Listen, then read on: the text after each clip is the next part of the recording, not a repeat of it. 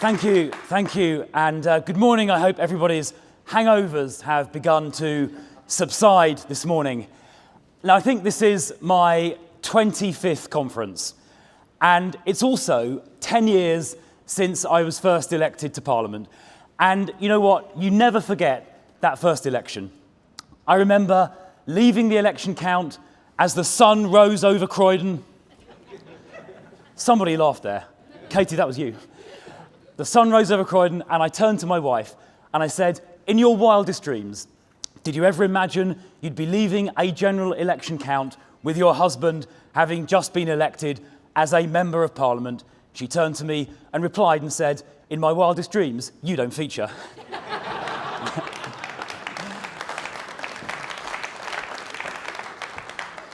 Now, the Home Office is a tough department, but I'll be honest, I did not expect to be on my second opposite number already. When Keir Starmer talks about a one-in, one-out policy, it turns out he didn't mean illegal immigrants, he meant Home Secretaries. And it's not just the Home Secretary. In the last reshuffle, the Prime Minister removed more ministers from the Home Office than he has illegal immigrants back to France. Now, let's start with a simple fact. Keir Starmer lied to get power. He lied to the Labour Party about what he believed in, he lied to the country about what he would do, and he lied to himself that he was up to the job. No wonder Labour spent their conference plotting to replace Keir Starmer, who believes nothing, with Andy Burnham, who apparently believes anything.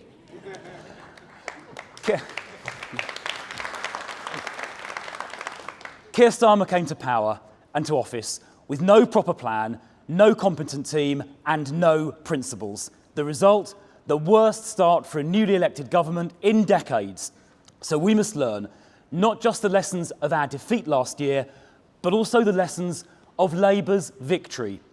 We must never repeat Labour's mistakes, winning an election on a false prospectus and arriving in power with no plan. The last general election was incredibly tough for us. But I know this: Conservative values and Conservative principles are more important today than ever before. We have a Labour government taking us back to the 1970s, inflation doubling, unemployment rising, taxes skyrocketing, successful people fleeing the country in droves, a real fiscal black hole opening up to swallow Rachel Reeves, rampant trade unions dictating policy, all led by a weak Prime Minister who's lost control of his government and who watches passively as they drift a million miles away from moderate Blairism. It's a cross between incompetence and old-school destructive socialism, and we Conservatives will fight it tooth and nail.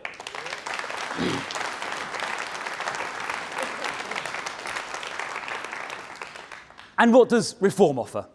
They offer simple slogans with no substance, scribbled in a pub on the back of a fag packet. That will not fix our country.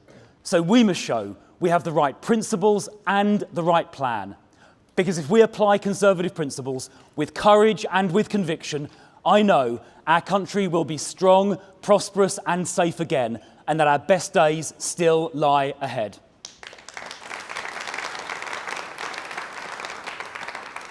And that's why I'm proud to be a Conservative. As a South London grammar school boy, I believe in opportunity. Having studied physics at university, I believe in practical solutions which actually work. And before Parliament, I set up and ran several businesses. Now, my first business, set up when I was 23, was a delivery company. I started off driving the delivery van myself and managing generally to avoid crashing it. A few years later, that company was listed on AIM. It was bought by a large competitor, which in turn is now part of Tesco. So I believe in hard work and free enterprise, and I literally know what it is to deliver. It's a shame no Labour cabinet minister, not even one, has ever set up a business. Although some do seem to have worked in the creative industries, mainly CV creation. Look, Rachel Reeves may not be a real banker, but she did work in customer complaints. which I imagine is coming in pretty handy right now. Now, let me start with Labour's clearest failure, which is on borders. Their weak gimmicks have not worked. First, they said they would smash the gangs. Well, that is laughable. Then they said the French would stop boats near the coast. That hasn't happened either. Next, they said they would send a handful of people back to France. Maybe one of them can have a turn at being French Prime Minister. But none of their gimmicks have worked. This year so far has been the worst in history for illegal immigrants crossing the Channel. And Channel migrants have committed some terrible crimes, including brutal rapes and the sexual assault of young children. Some have even then blamed that on their own culture. Labour has lost control of our borders and they are not fit to govern.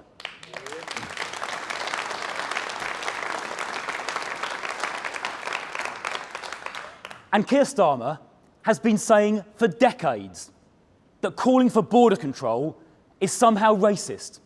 We have seen him smear campaigners as far right for demanding the very inquiry into rape gangs he was finally forced into agreeing. His government even instructed lawyers to argue that the rights of illegal immigrants were more important than the rights of people in places like Epping. It's disgusting.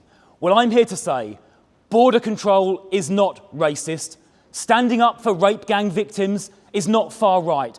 And if Keir Starmer won't stand up for Britain, then this Conservative Party will.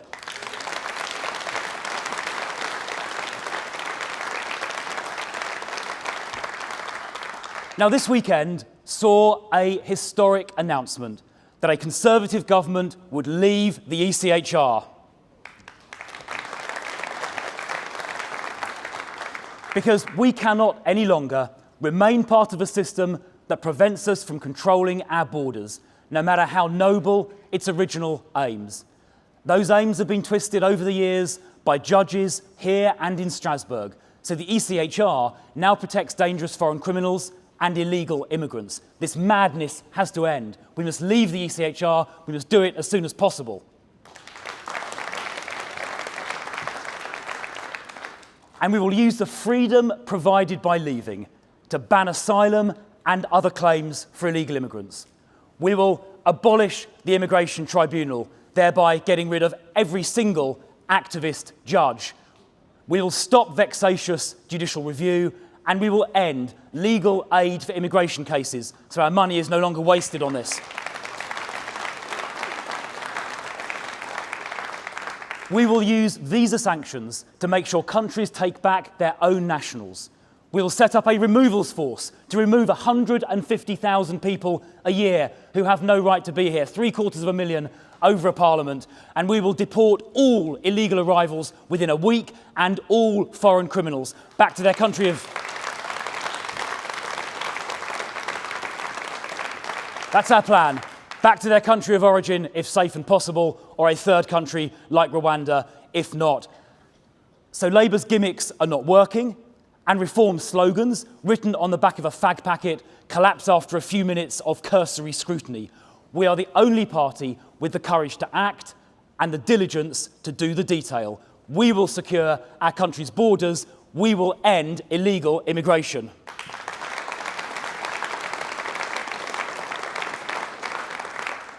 Now, let me turn to legal migration, and I'll start by being brutally honest. For many years now, legal migration has been far too high under successive governments, including the last one. It was a mistake. It should never have been allowed to happen. And under new leadership, we pledge it will never happen again.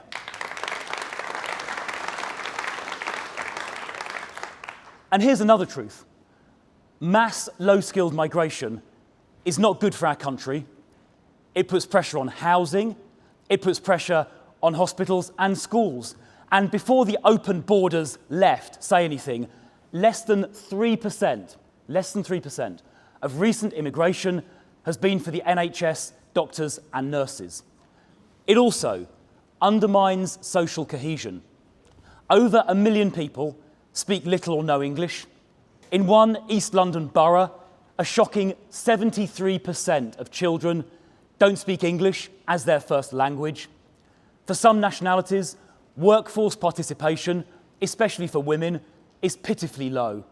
And Afghan nationals, men, are 22 times more likely to be convicted of a sex offence. We can't carry on like this. A nation that is not united by common values and a common identity will fracture and break. As Abraham Lincoln said, a house divided cannot stand. And so it is with our society. A fractured society will lead to a broken country. And being British is not about colour, but it is about accepting and embodying our long-standing values as a nation. It is about loving this country and its history and believing in this United Kingdom.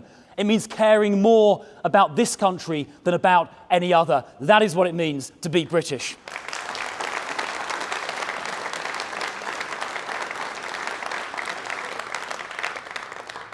And here's another truth. We must be honest that mass low-skill migration is not good for our economy. Just 1 in 7, only 1 in 7, of recent arrivals from outside Europe came here primarily to work. And even those who did come here to work, around half ended up working for low wages. And people who work on low wages pay less in tax than they consume in services. So it is a myth, it's untrue, that mass low-skill immigration is good for the economy. It isn't. Perhaps one reason that productivity here has stagnated in recent decades is that businesses have relied on importing low-skilled workers instead of investing in technology and automation, as many other countries have. And one of the reasons why there are 9 million of our fellow citizens, adults, not working, is that businesses have hired low-skilled foreign workers instead. So rather than import low-skilled workers, let's get people here back into work and let's invest in technology. Now, of course, we welcome limited, high-skilled immigration in the tech sector, in the finance sector, for scientific research or for medicine. We should make it easy to come here and work in those high-skill, high-wage sectors. But let me say this, the days of mass low-skill migration have to end.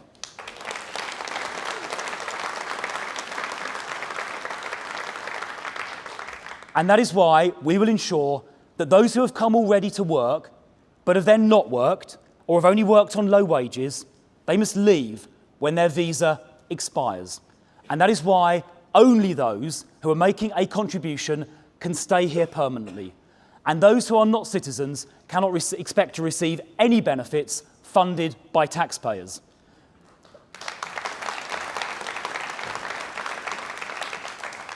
And that is why we will set a binding annual cap on immigration voted each year by our sovereign parliament. And a Conservative government will set that cap at a low level to ensure that more people leave than arrive. And that means we will deliver sustained negative net migration.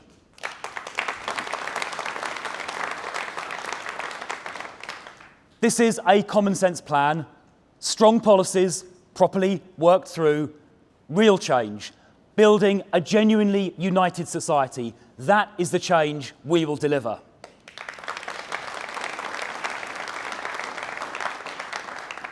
And we have a common sense plan for crime and policing too, supporting the fantastic Conservative police and crime commissioners we've elected. I can see some of them here. Stand up and have a round of applause.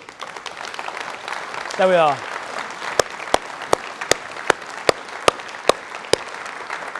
Fighting crime up and down the country. And while I'm saying thank you to our team, I should also thank Katie Lamb and our shadow ministerial team, and Matt Vickers and Alicia Cairns and Harriet Cross. Stand up. Go on, Katie.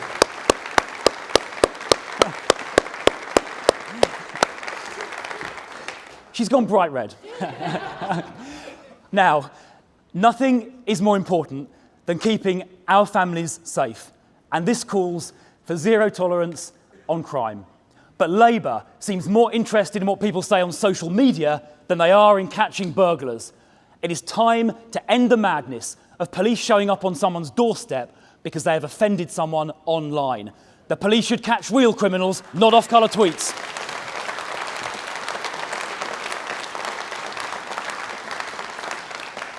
Policing non-criminal social media posts is a catastrophic waste of time, and it tramples on free speech. In government, we would end this nonsense and we will abolish non-crime hate incidents.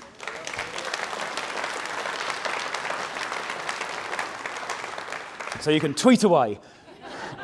Conference, there is no room in policing for politically correct posturing. Now, what I've got to tell you now will shock you. There is a so-called anti-racism commitment plan published by the College of Policing and the Police Chiefs Council that literally says policing should not be colourblind. Let me be clear, yes, it should.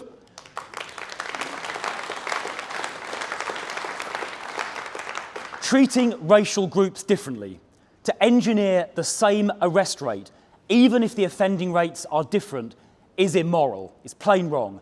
People should stand equal before the law. It is that simple. Woke nonsense in policing has to end, and as Home Secretary, I will scrap that absurd document.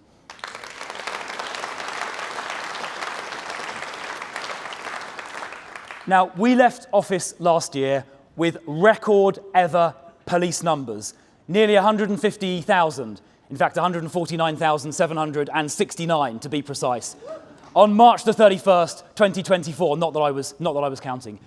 Now, under Labour, these numbers are already going down, while shoplifting has surged 20% under Labour to a record level, and overall crime went up 7% in Labour's first year, reversing the declining trend under the last government, I might add. Real crimes are going uninvestigated. Weak on crime, weak on the causes of crime. That is Labour today.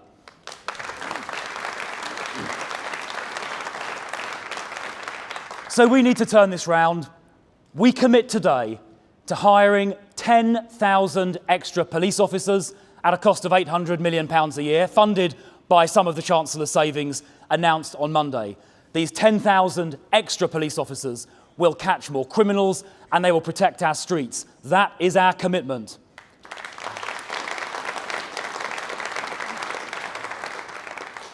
And we will use some of these extra officers to deliver surge hotspot policing in 2,000 high-crime neighbourhoods around the country.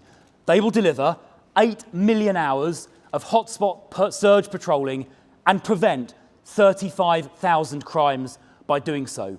Every area where there is a serious crime problem should have intensive hotspot patrolling all year round. That will deter crime and it will catch criminals. All of the evidence clearly shows that it works, as I saw with Katie in Brighton a year or so ago. Katie Bourne, the PCC for Sussex. So we will mandate. There we are, Katie gets a round of applause. Well done. And support for her Merrill campaign as well, I hope. So we will, there we are, popular in Sussex. So we will mandate this hotspot patrolling. Now we will also take knives off our streets.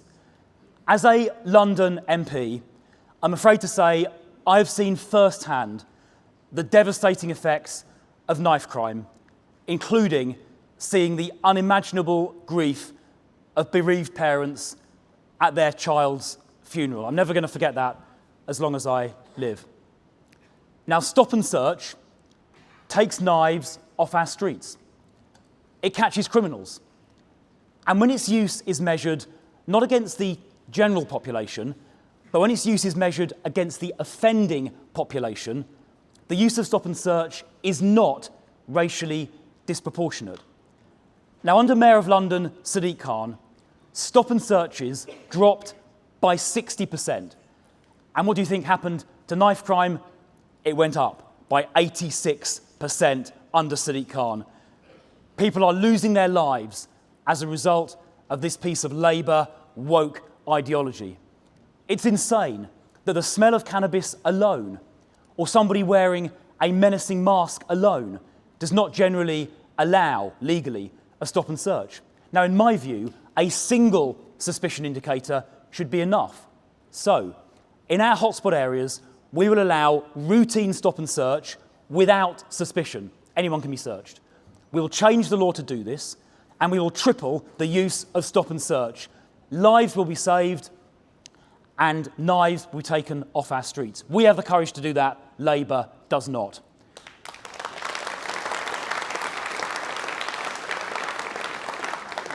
Now, we will also continue to fight for the victims of rape gangs, where the sickening rape of young girls was covered up because the perpetrators were of mainly Pakistani origin. The government only agreed to a national inquiry, as you saw from that video, because they were forced to. And months later, that inquiry has still not been set up. Keir Starmer may think standing up for rape gang victims is a far-right bandwagon, but we think it's justice, and we're going to keep fighting until we get it.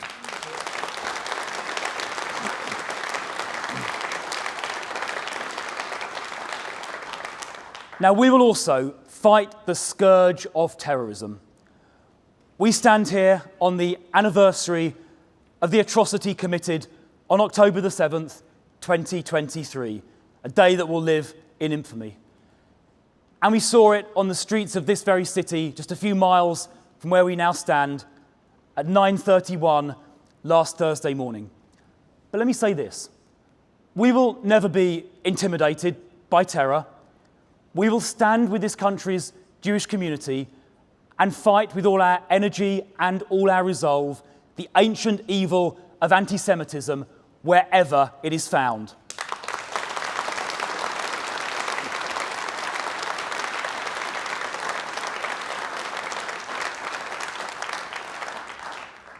And we must be honest, Islamist extremism is the clear majority of counter-terrorism caseloads.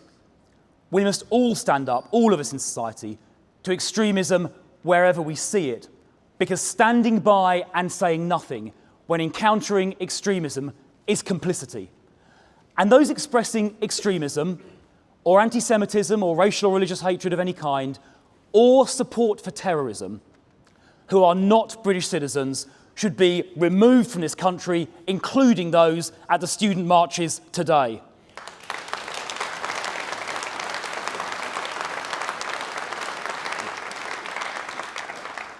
And I would like to thank all the officers who responded so bravely to last Thursday's terrorist murder, and to all the officers up and down the country and to the security services who take risks to protect us every single day. So let us say this to them: thank you.